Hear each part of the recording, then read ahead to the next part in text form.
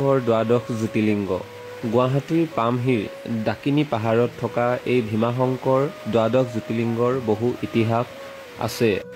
গুৱাহাটীৰ গড়চুক চাৰিআলিৰ পৰা দক্ষিণ দিশে ৰাণী সংযোগী পথেৰে প্ৰায় 2 কিলোমিটাৰমান অতিক্ৰম কৰিয়ে পোৱা যায় পামহি নামৰ গাঁওখন। গাঁওখনৰ গাতে লাগি আছে ডাকিনী পাহাৰ আৰু এই ডাকিনী পাহাৰৰ বুকুৰেই কুলুকুলুকৈ বৈ আছে চিৰপ্ৰবাহমান এটি নিজৰা। এই নিজৰাটিয়ে হ'ল পঞ্চধাৰা নিজৰা। 5টা শাখাৰে প্ৰবাহিত হোৱা এই নিজৰাই মুখশ্ৰুতিত পঞ্চধাৰা হ'ল। আজিও এই নিজৰা বৈ আছে। 20 শতিকালৈকে কেৱল শিৱস্থান বুলি কৈ অহা শিৱধাম খনি 21 শতিকাৰ আৰম্ভৰ পৰাহে দ্বাদশ শিৱলিংগ বুলি চিহ্নিত হৈছে।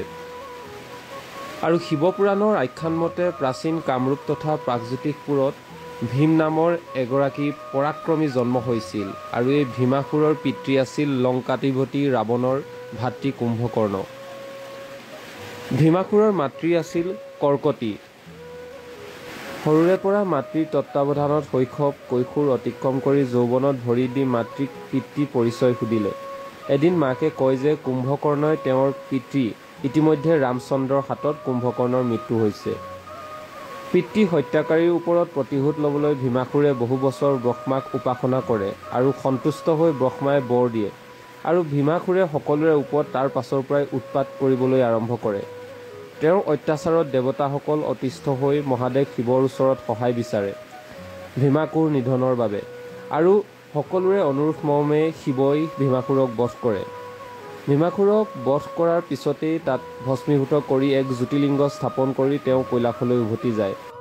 তেতিয়াৰ পৰাই এই জ্যোতিৰ্লিংগৰ নাম ভীমাশংকৰ জ্যোতিৰ্লিংগ হিচাপে বিশ্বাস কৰি আহিছে আৰু বৰ্তমান মানুহৰ সমাগম তাত বৃদ্ধি পাইছে। লোকবিশ্বাস মতে এই মন্দিৰলৈ নৈবেদ্য এভাগ আগবঢ়ালে মনৰ আশা পূৰ্ণ হয়।